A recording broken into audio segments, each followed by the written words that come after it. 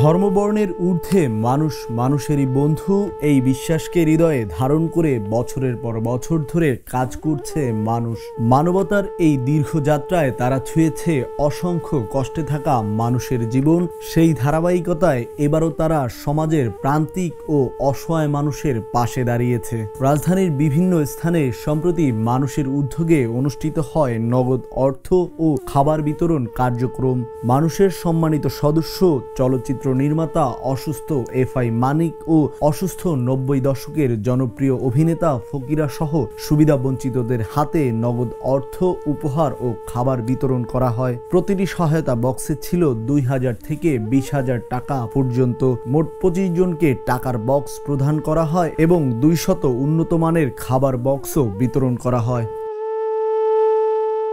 মানুষের উদ্যোক্তা রানা বর্তমান বলেন, শুরু থেকেই মানুষের পাশে থেকে আর্থিক সহায়তা দিয়ে আসছেন মানুষ ফাউন্ডেশনের সভাপতি নাসির কাশেম ভাইয়ের গরিবের প্রতি অগাধ টান ও ভালোবাসার কারণেই মানুষ বছরের পর বছর অসহায় মানুষের পাশে সহায়তার হাত বাড়িয়ে সম্মানের সহিত সেবা করে যাচ্ছেন।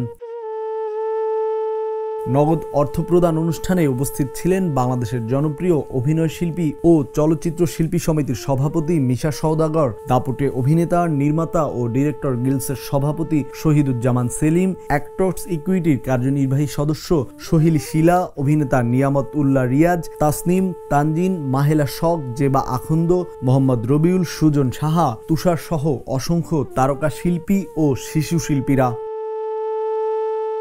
অনুষ্ঠানটি সম্পূর্ণ হয় 3 ধাপে। প্রথম ধাপে সকালে পল্টন, কাকরাইল, শাহবাগ ও মগবাজারে শুরু হয়ে দুপুরে বিএফডিসিতে দ্বিতীয় ধাপের কার্যক্রম চলে। এরপর বিকেলে 7 রাস্তা, তেজগাঁও, হাতিরঝিল, রামপুরা, মালিবাগ রেলগেট ও মৌচাক অতিক্রম করে মগবাজারে তৃতীয় ধাপে সমাপ্তি ঘটে এ মানবতার কার্যক্রম।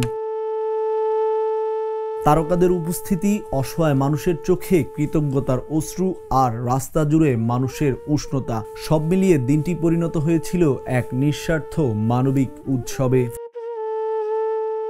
পাবেল আলফি, দ্য নিউজ। দেশে দেশে সবার সাথে, দ্য নিউজ।